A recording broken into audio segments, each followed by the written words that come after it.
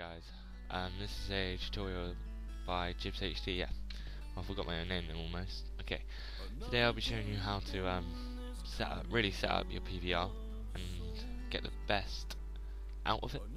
Yeah, through Sony Vegas and your capture module, which should be Total Media Extreme. If you're not using that, what the fuck are you even doing? Okay, you want to go open up your Total Media Extreme capture and go ahead and click Format Settings. Oh wait, my computer's a bit slow. There we go. Okay. Make sure the quality bitrate is 13.5, the highest one, and the Luma and Chroma are free. Use AC3 audio encoder. Make sure it's 1280 by 720 and 60 frames per second. If you don't know how to do that, then set your Xbox to 720p in display options in the settings. Okay, and it should be like that. Alright, now you want to go ahead and before you minimize it, make sure it's on PS3. Then minimize it, because .m2ts files are smaller, and I have to choose a higher quality. Okay, now go ahead and import your clip to Sony Vegas. First thing we're gonna do is have a look at the project settings. Okay, so go ahead and click this little button here, and click HDV 720 30p 1280 by 720 29.970 frames per second. Okay, and then you need to change the frame rate of that one to a double NTSC, which is 59.940. Make sure it's 1280 by 720, non-progressive, 1 square, 0 original, 8-bit, best, Gaussian, none. Make sure adjust source media to better match or render settings unclicked. Start all project with these settings apply and OK. Sorry, that was clicked. I might need to listen to that again. But anyway, now you make the screen big enough there, and you just so you can see it all. Go ahead and hit event pan crop. This is a must. Okay, you see the little black line along the top? Well, you need to get rid of that by cropping. Click here and just lower it down a little bit. I have a preset enabled. I'll show you that in a minute. Make sure that maintain aspect ratio is off. It should look like that. Save the preset as just HD. Yeah. Okay.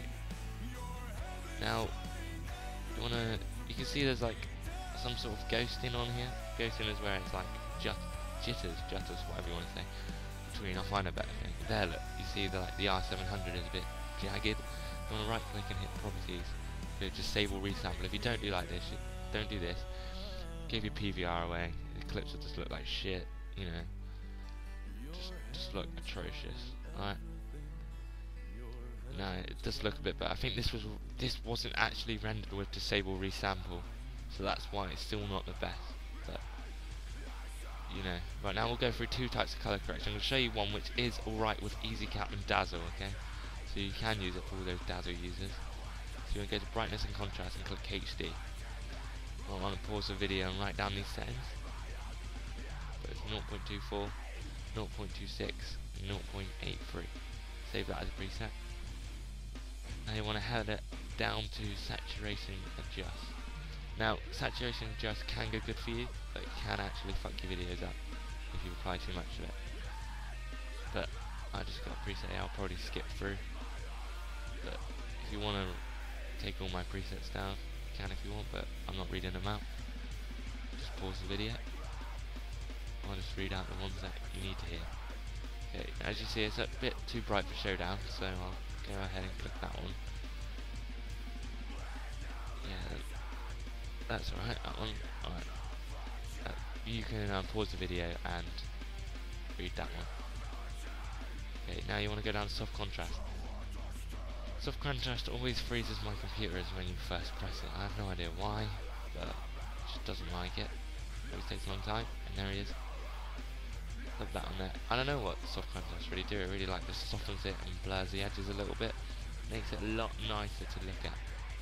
Always apply soft contrast, it's a must.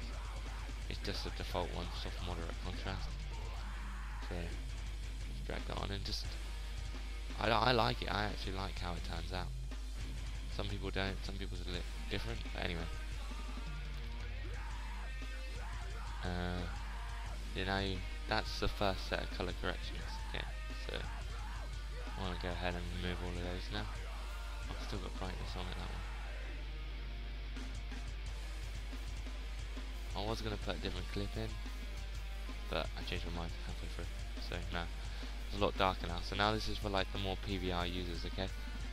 And you want to go ahead and insert a new track. And my computer's frozen, so I'll just skip it now. And we're back in. So go to color gradient, go down to linear red to yellow. And linear means straight line. Anyway, just a little bit of information there, I don't know if you need to know it. Okay, now there's a 1 and 2 point and the cross in the middle. Drag the 1 to the corner and the 2 to the bottom corner. You can have both colours, but I like to change it to transparent. Drag the cross up a little bit more. This has been seen in Johansson's beats. A lot of Johansson videos. It's like a cheap null light factory.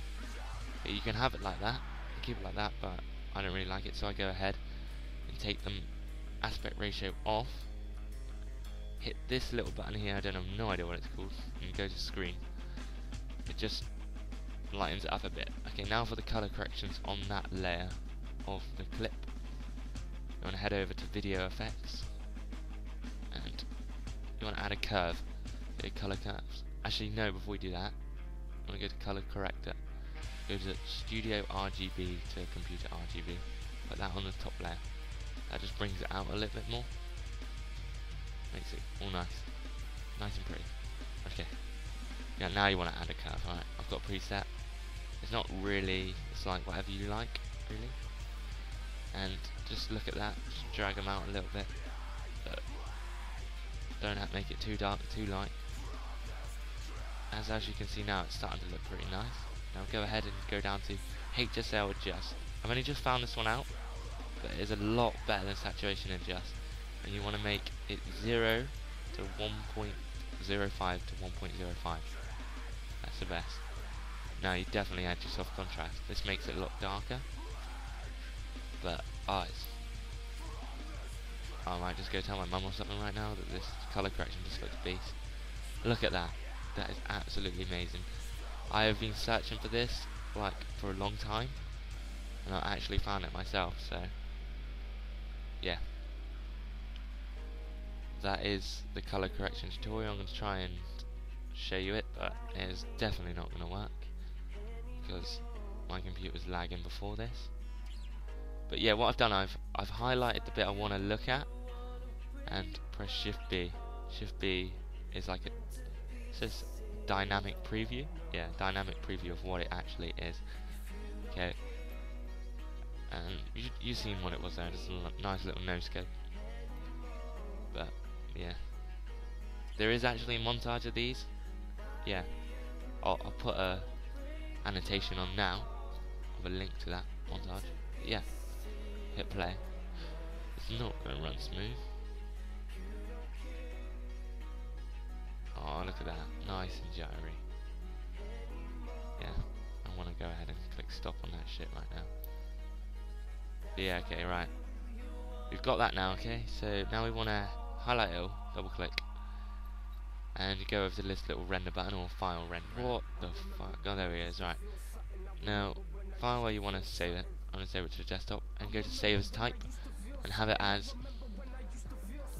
main concept AVC AAC bracket MP4. Now go down to your template, hit a custom template. Right, now you want to copy down these settings. I do change it up because I don't know what happened, but yeah, you want to have it.